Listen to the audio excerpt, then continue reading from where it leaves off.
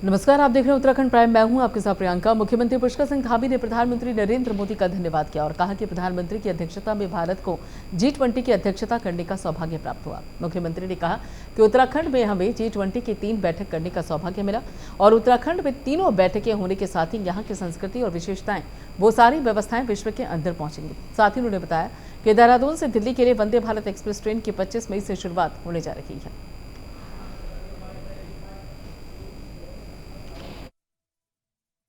सबसे पहले तो मैं हमारे यशस्वी प्रधानमंत्री आदरणीय नरेंद्र मोदी जी का धन्यवाद करता हूं कि उनकी अध्यक्षता में भारत को G20 की अध्यक्षता का सौभाग्य प्राप्त हुआ है। और ऐसे समय पर जब पूरी दुनिया अव्यवस्थित हो गई, पूरी दुनिया की व्यवस्थाएं चरमरा गई, ऐसे अत्यंत ही महत्वपूर्ण समय पर भारत को G20 देशों की अध्यक्षता का और नेतृत्व का काम मिला है। और उसमें से पूरे देश के अंदर आज माननीय मोदी जी के नेतृत्व में ये बैठकें पहले छोटे छोटे स्थानों पर होती थी, बड़े बड़े स्थानों पर होती थी। आज सभी देश के कोने कोने में ये बैठकें आयोजित हो रही हैं। उत्तराखंड एक ऐसा राज्य है, जब फिल्म इंडस्ट्री के लोग मुझे मिलते हैं तो वो 1, 2, 10, 20 डेस्टिनेशन के बारे में पूछते हैं, तो मैं उनसे कहता हूं कि पूरा उत्तराखंड जिस ओर चले जाइए, पूरा का पूरा उत्तराखंड डेस्टिनेशन है। इसलिए सबसे अच्छा अगर वातावरण, सबसे अच्छा परिवेश फिल्म इंडस्ट्री को कहीं मिल सकता है तो उत्तराखंड है। और उनको प्रमोशन के लिए हम और भी नीतियां बना रहे हैं, जिससे कि लोग अधिकतम संख्या में आएँ और उत्तराखंड में फिल्म से संबंधित, फिल्म निर्माण से संबंधित। उधर देहरादून में सीएम धामी से फिल्म अभिनेता अक्षय कुमार ने सीएम आवास पर मुलाकात की। मुलाकात के दौरान मुख्यमंत्री धामी ने कहा कि राज्य सरकार ने फिल्म शूटिंग के लिए कई सुविधाएं दी हैं। उत्तराखंड को एक बड़े डेस्टिनेशन के रूप में विकसित करने की दिशा में सरकार विभिन्न योजनाओं पर काम कर रही है।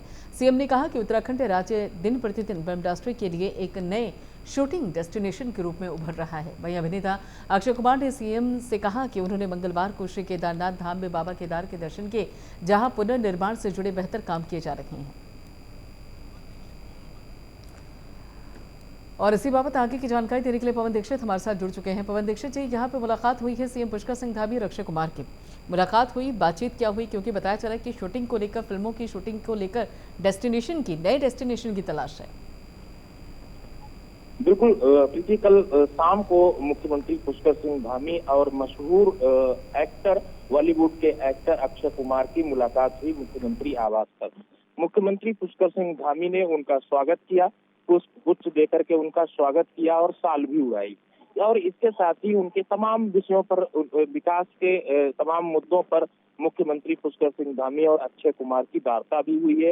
इस दौरान मुख्यमंत्री पुष्कर सिंह धामी ने फिल्म डेस्टिनेशन को लेकर के उनसे चर्चा की और नए डेस्टिनेशन कैसे बनाए जाए, कैसे उत्तराखंड में और ज्यादा जो एक्टर्स हैं वो यहाँ पर आए, फिल्मों की शूटिंग यहाँ पर ज्यादा, इस विषय पर भी चर्चा हुई। और मुख्यमंत्री पुष्कर सिंह धामी को और अक्षय कुमार ने आश्वासन भी दिया कि उत्तराखंड बड़ी संभावनाओं वाला प्रदेश है और यहाँ पर जो शूटिंग को लेकर के तमाम संभावनाएं हैं कि यहाँ की जो सौंदर्यता है, वहाँ पे जो पहाड़ है हरे भरे और नदियां हैं, जो बर्फीले पहाड़ है, हिमालय है, इससे तमाम अपार संभावनाएं हैं और यहाँ पर ज्यादा से ज्यादा लोग आए। यही वजह है कि जब से मुख्यमंत्री पुष्कर सिंह धामी ने प्रदेश की कमान संभाली है, तब से कई फिल्मों की शूटिंग भी हो चुकी है। और इस शूटिंग के दौरान तमाम जो एक्टर्स यहाँ पर आते हैं, उनको यहाँ पर जो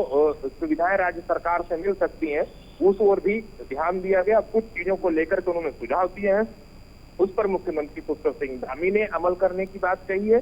साथ ही जो अक्षय कुमार को भी कई चीजों के लिए मुख्यमंत्री पुष्कर सिंह धामी की ओर से शर्तें रखी गई हैं, उस पर उन्होंने भी सहमति व्यक्त की है। और साथ ही अक्षय कुमार ने मुख्यमंत्री से ये भी कहा है कि क्योंकि वो केदारनाथ बाबा के दर्शन करने के बाद ही देहरादून पहुंचे थे मुख्यमंत्री से मुलाकात करने, इस दौरान उन्होंने वहां के पुनर्निर्माण कार्यों का भी अवलोकन, बिल्कुल उसकी भी उन्होंने तारीफ की है कि काम बहुत बेहतर तरीके से हो रहा है। बिल्कुल, बहुत बहुत शुक्रिया पवन दीक्षित सारी जानकारी के लिए।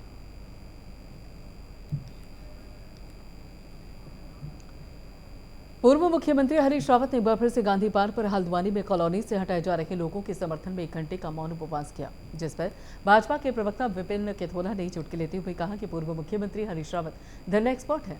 भाजपा प्रवक्ता ने कांग्रेस पर आरोप लगाया कि कांग्रेस अतिक्रमण रोकने वालों के साथ और देश में जितने भी अतिक्रमण करते हैं उन्हें कांग्रेस का संरक्षण मिलता है। वहीं भाजपा प्रवक्ता के धरना एक्सपर्ट वाले बयान पर पलटवार करते हुए पूर्व मुख्यमंत्री हरीश रावत ने कहा कि जब तक वो भाजपा को सत्ता से बाहर नहीं कर देंगे तब तक उनका धरना प्रदर्शन इसी तरीके से चलता रहेगा। हरीश रावत जी तो धरना एक्सपर्ट है, उनको महारत हासिल है धरने में बैठने की है। वो जो अपनी पार्टी के खिलाफ धरने में बैठ जाते हैं जो व्यक्ति, वो इस प्रकार के धरना पॉलिटिक्स करते रहते हैं। किसी प्रकार से लोकसभा चुनाव की तैयारी को लेकर के ऐसी चीज़ें करते रहते हैं। सारी जो अतिक्रमण को लेकर के कार्यवाहियाँ हो रही हैं उस पर सुप्रीम कोर्ट का साफ साफ निर्णय है और सुप्रीम कोर्ट ने कहा है कि कहीं भी इंक्लूजमेंट है उनको साफ किया जाए, क्योंकि बहुत सारी विकास की योजनाएं, बहुत सारे सामुदायिक केंद्र लोगों के लिए बनाने होते हैं, बहुत सारी चीज़ें जो हैं लोगों के लिए करनी होती है। कांग्रेस का दोहरा चरित्र और हरीश रावत जी का दोहरा चरित्र यहीं पे दिखता है कि कांग्रेस को स्पष्ट करना चाहिए कि क्या वो अतिक्रमणकारियों के साथ है। अगर जो अतिक्रमणकारियों के साथ है तो इसका मतलब साफ हो जाता है कि इस देश के अंदर जितने भी अतिक्रमण हुए हैं कांग्रेस की पनाह में और कांग्रेस के शासनकाल में और कांग्रेस के नेताओं की सरपरस्ती में। उधर रुड़की के नगर निगम चौक पर 26 जिला पंचायत मेवड़ा खुर्द के ग्रामीणों ने हरिद्वार सांसद रमेश पोखरियाल निशंक और पूर्व कैबिनेट मंत्री स्वामी यतीश्वरानंद का पुतला फूंका और जमकर नारेबाजी की। ग्रामीणों का आरोप है कि जिला पंचायत सदस्य फर्जी प्रमाण पत्रों के आधार पर चुनावी जीत हासिल की, जिसको लेकर 15 दिन के अंदर जांच रिपोर्ट प्रेषित करने के लिए आदेशित किया गया और इसको लेकर सांसद हरिद्वार और पूर्व कैबिनेट मंत्री का पुतला फूंक कर ग्रामीणों ने अपना विरोध प्रदर्शन जताया है और चेतावनी दी है कि अगर अगले 1 सप्ताह के अंदर जांच रिपोर्ट नहीं मंगाई जाती है तो क्षेत्र के समस्त ग्रामीण अनिश्चितकालीन भूख हड़ताल करेंगे, जिसकी जिम्मेदारी फिर शासन और प्रशासन की होगी। तो आप लोगों को पता है कई बार प्रेस वार्ता भी हुई इस मामले में और कई बार हमने 4 मई में शायद एसडीएम साहब को ज्ञापन दिया था, उसके बाद भी कोई कार्रवाई नहीं हो पा रही है। जीरो टॉलरेंस की सरकार है, कहाँ है जीरो टॉलरेंस की सरकार? मैं आपसे पूछना चाहता हूँ, जब इतना बड़ा भ्रष्टाचार हो रहा है, एक स्वच्छ रूप से मतदाता ने अपने स्वच्छ मन बुद्धि से वोट दी और वो भी ऐसे आदमी को वोट दे दी जिसके कागजी फ्रॉड है, सारे फर्जी। 3 जगह उसका राशन कार्ड चल रहा है, मैं भी आपको दिखा दूंगा। 3 जगह उसकी मूल्यवास और जाति प्रमाण पत्र।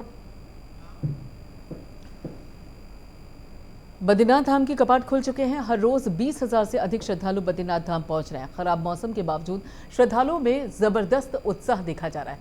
पहले ही महीने में श्रद्धालुओं का आंकड़ा 4 लाख के पार हो गया। तीर्थयात्रियों के लिए सभी सुविधाएं मुहैया करवाई जा रही हैं। यात्री भी शासन प्रशासन का आभार व्यक्त कर रहे हैं।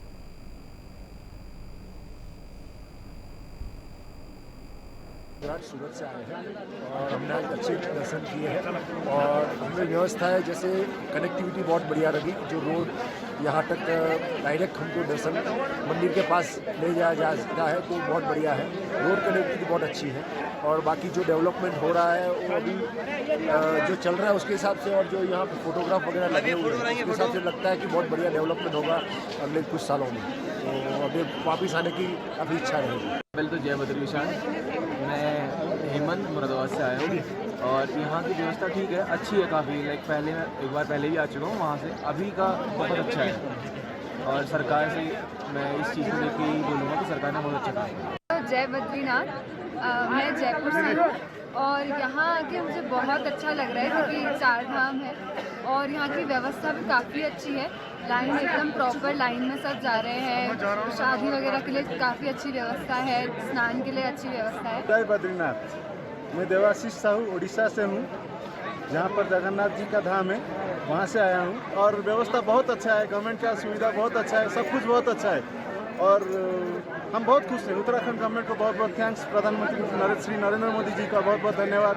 व्यवस्था बहुत अच्छी है, सब कुछ बहुत अच्छा है, कुछ प्रॉब्लम नहीं। मैं तो सभी उड़ीसा वासियों को अनुरोध करूंगा कि आप आइए। नगर महाराष्ट्र से आया हूँ, बद्रीनाथ विशाल से मेरा ये 10वां दर्शन है। मैं 1997 से आता हूँ हर साल। मुख्यमंत्री पुष्कर सिंह धामी ने सचिवालय स्थित पालना का विधिवत रूप से उद्घाटन किया। मुख्यमंत्री पुष्कर सिंह धामी ने इस दौरान मीडिया से बातचीत में कहा कि सचिवालय के कार्मिकों के बच्चों के लिए पालना पहले से ही चल रहा था, अब इसको नए ढंग से शुरू किया गया है ताकि बच्चों का रुझान खेलकूद और पढ़ाई में ज्यादा हो सके। पहले से यहाँ पर ये पालना इस प्रकार का चल रहा था, उसको थोड़ा नए रूप सुसज्जित तरीके से किया गया है और बच्चों के खेलने के लिए, पढ़ने के लिए, उनके विश्राम के लिए सभी व्यवस्थाएं यहाँ पर हुई हैं। इसके होने से हमारे जो नौनिहाल हैं, जो बच्चे हैं, उनको एक अच्छा परिवेश यहाँ पर मिलेगा, उनके लालन पालन में ये सहायक होगा और जो हमारी समृद्ध धरोहर है, हमारे बच्चे आगे बढ़े, निश्चित रूप में ये उनके लिए एक बड़ा काम करेगा। मैं इस अवसर पर सभी को बहुत बधाई देता हूँ और बहुत कम समय में बहुत शानदार इसका निर्माण कार्य 18 दिनों में हुआ है। मैं उसके लिए सभी को, जो हमारा ये बाल विकास विभाग जो इसका नोडल डिपार्टमेंट है, कार्यदायी संस्था है, उनको भी बधाई देता हूँ। मुजफ्फरनगर के रामराज थाना क्षेत्र के हाशिमपुर का एक वीडियो वायरल हो रहा है जिसमें गांव के विकास कार्य को लेकर लाठी डंडे चल रहे हैं। इसी मारपीट के दौरान दोनों पक्षों के 2 व्यक्ति गंभीर रूप से घायल हो गए और इस मामले में 12 नामजद और 25 अज्ञात के खिलाफ मुकदमा दर्ज करवाया गया।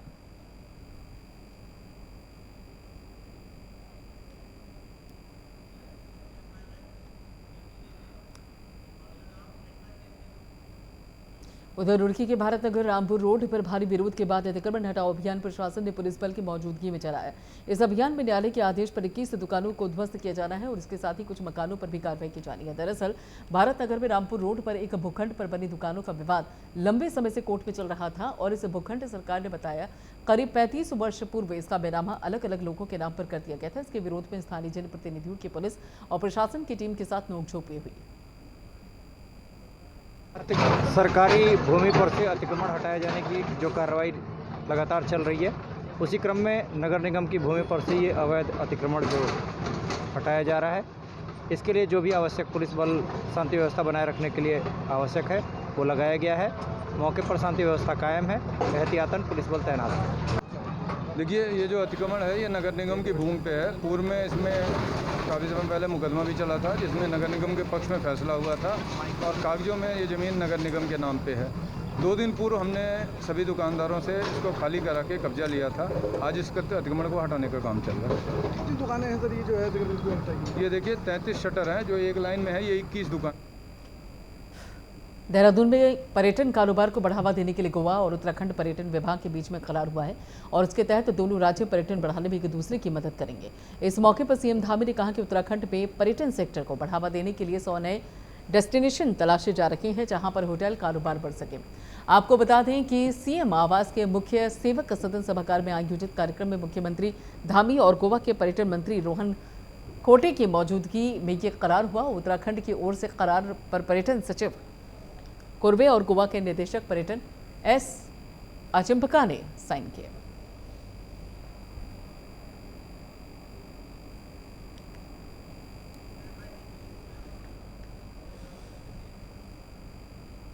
उधर गैरसैंण के श्रीनगर गढ़वाल पहुंचे विधानसभा अध्यक्ष ऋतु खंडूरी ने पत्रकारों से बात करते हुए कहा कि आने वाले 5 और 6 जून को गैरसैंण में युवा संसद का आयोजन किया जाएगा जिसमें छात्रों को समझाया जाएगा कि योजनाएं कैसे बनाई जाती हैं। साथ ही विधानसभा अध्यक्ष ने बताया कि देहरादून और गैरसैंण विधानसभा के लिए कर्मचारियों का आकलन करने के लिए इनकी नियुक्ति प्रक्रिया की जाएगी। साथ ही विधानसभा सत्र को डिजिटलाइज करने की भी कोशिश की जा रही है। हम करेंगे। हम लोग 2-4 चीज़ें नई करने जा रहे हैं। एक तो हम रूल्स और रेगुलेशंस हमने बनाए हैं विधानसभा के लिए, वो कैबिनेट के अप्रूवल के लिए गए हैं और मुझे पूर्ण विश्वास है कि बहुत जल्द उसका अप्रूवल हमें मिलेगा। उसके बाद हम राइट साइजिंग पे आएंगे जिसका मतलब ये है कि विधानसभा देहरादून और विधानसभा गैरीसैंण में हमें कितने कर्मचारियों की आवश्यकता है, तो वो राइट साइजिंग हम करेंगे।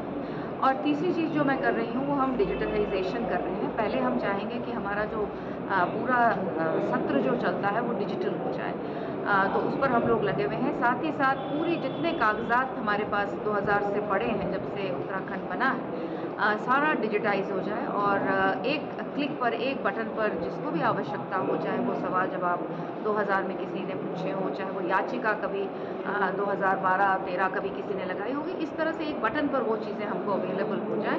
तो ये कुछ 2-4 चीज़ें हम नई कर। उधर मसूरी में इन दिनों 7 करोड़ की लागत से बाल रोड के पुनर्निर्माण और सौंदर्यीकरण का कार्य चल रहा है, जिसमें पर्यटकों को भारी दिक्कत हो रही है। मसूरी का पर्यटन सीजन बुरी तरीके से प्रभावित हो रहा है, जिसको लेकर मसूरी के स्थानीय लोगों और व्यापारियों में भारी आक्रोश है। वहीं भारत कांग्रेस से जुड़ी यात्रा को लेकर मसूरी पहुंचे पूर्व मुख्यमंत्री हरीश रावत ने माल रोड की हालत को देखकर चिंता व्यक्त की है। उन्होंने कहा कि माल रोड का एक भाग क्षतिग्रस्त है, लेकिन न तो सरकार और न ही प्रशासन माल रोड ने क्षतिग्रस्त भाग के निर्माण को लेकर कोई कार्रवाई की है।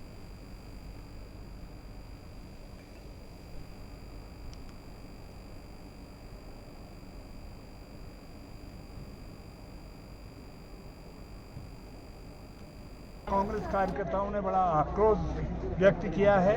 सब सीनियर लोग भी हैं, सब ने कहा है, और ये अपमान भी है उत्तराखंड का। लोग पर्यटक क्या भावना लेकर के जाएंगे कि कितना सज्जित है उत्तराखंड का पर्यटकों के स्वागत के लिए, क्या सजावट है।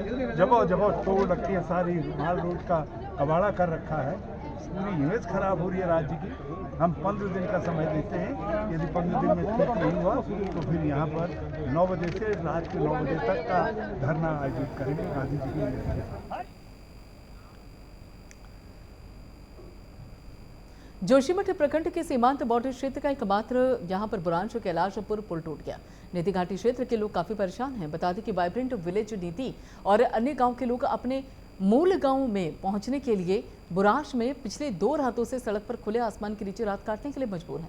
इस उम्मीद में भी कि आखिर कोई तो आएगा जो उनको नदी पार कर उनके मूल गांव तक पहुंचाएगा। वहीं पर नीति घाटी क्षेत्र के सामाजिक कार्यकर्ता और प्रधान कागा गुरपक पुष्कर सिंह राणा ने बताया कि नीति घाटी को माइग्रेट करने वाले परिवारों की जान जोखिम में डालते हुए बीआरओ और प्रशासन ने उन्हें एक जेसीबी मशीन पर बिठाकर नदी पार करा दी है।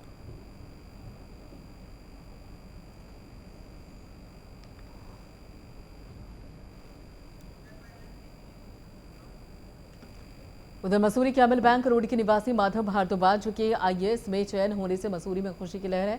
माधव भारद्वाज ने 2022 यूपीएससी सिविल सर्विसेज में 536 रैंक हासिल करके आईएएस अधिकारी बने। बता दें कि माधव भारद्वाज शुरू से ही पढ़ाई में काफी होनहार थे और उन्होंने 10वीं और 12वीं में मसूरी बायनबर्ग एलेन स्कूल में टॉप किया था। माधव भारद्वाज ने बताया कि उनके दोनों हाथों में कुछ दिक्कत थी, लेकिन माता पिता के सहयोग से उन्होंने सभी मुश्किलें पार कर ली। ये बहुत खुशी है और भगवान की अनन्य कृपा है, और ये मेरे बेटे की मेहनत जो है सबसे ज़्यादा मैं विशेषता कहूँगा कि मेहनत जो है उनकी सफल हुई है, और भगवान ने उनको मेहनत से जो कुछ उन्होंने चाहा वो मिल गया। चैलेंज के बावजूद जो मेहनत करते हैं लोग वो जरूर सफल होते हैं। और क्या बातें बताना चाहेंगे? मैं यही कहता हूँ कि वो बचपन से ही टैलेंटेड लड़का था, पढ़ने में अपना बहुत ध्यान लगाता था, और माता पिता का जो भी बात कही जाती थी उसको पूरे निश्चय से सुन के उसको करता था। मुझे बहुत खुशी हो रही है, और ये सफ़र थोड़ा मतलब इट वाज डिफ़िकल्ट, मतलब बहुत मेहनत लगी इस सफ़र में, but all well that ends well.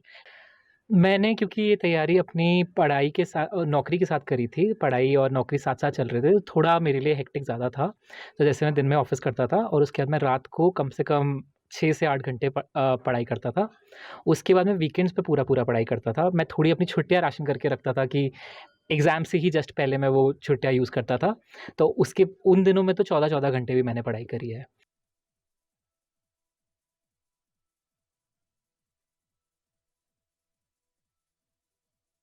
पहुंचे विदेशी मेहमानों का जॉलीग्रांट एयरपोर्ट पर लोगों ने फूलों की बौछार कर शानदार स्वागत किया। वहीं रानी पोखरी से जाखन पुल से लेकर रानी पोखरी चौक तक लोगों के साथ ही स्कूली बच्चे और पूर्व सैनिक भी लाइन में खड़े होकर विदेशी मेहमानों का स्वागत करते हुए नजर आए। बता दें कि 25, 26 और 27 मई का नरेंद्र नगर में G20 समिट होने जा रहा है, जिसमें उत्तराखंड सरकार ने बेहद शानदार तैयारियां कर ली है। G20 के जो गेस्ट हैं उसमें से 13 लोग कल आ चुके हैं यहाँ पे देहरादून, और एयरपोर्ट से वो लोग होटल वेस्टिन जो नरेंद्र नगर में स्थापित है वहाँ पे गए थे, और बाकी लगभग 80 डेलीगेट्स हैं वो आज सुबह आए हैं, और वो लोग भी होटल गए हैं, और दिन से मीटिंग का सिलसिला शुरू हो जाएगा।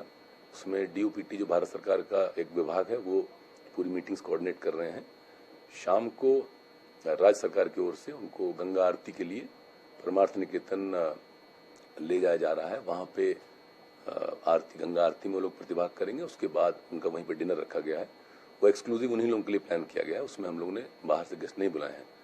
उसके बाद कल इस कॉन्फ्रेंस का फॉर्मल इनॉग्रेशन होगा। माननीय मंत्री भारत सरकार अजय भट्ट जी वो इसको इनॉग्रेट करेंगे सुबह, और उसके बाद प्रोग्राम चालू हो जाएगा। कल शाम में राज्य सरकार की तरफ से गाला डिनर का आयोजन किया गया है होटल वेस्टिन नरेंद्र नगर में, और इस पूरे उसमें काफ़ी सारे लोग बाहर से भी बुलाए गए हैं। सारे डेलीगेट्स जो बाहर से आ रहे हैं वो लोग भी होंगे उसमें। और 2 दिन और ये चलेगा प्रोग्राम, 25, 26 और 27।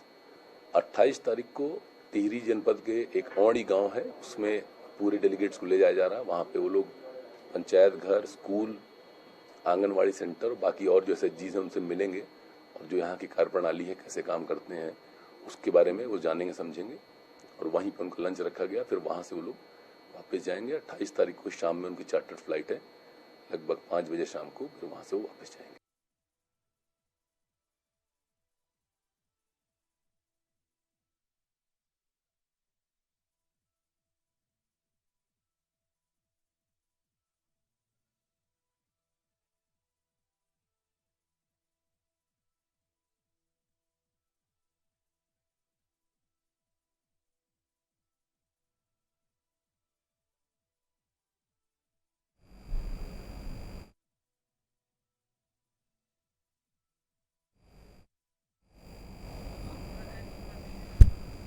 तो यहाँ पर विदेशी मेहमानों का एयरपोर्ट पर भव्य स्वागत हुआ। उस बाबत ये तस्वीरें भी आपकी टेलीविजन स्क्रीन पर हैं। आपको बता दें कि G20 की बैठकों का आयोजन है 25, 26 और 27 मई तक G20 समिट होगा।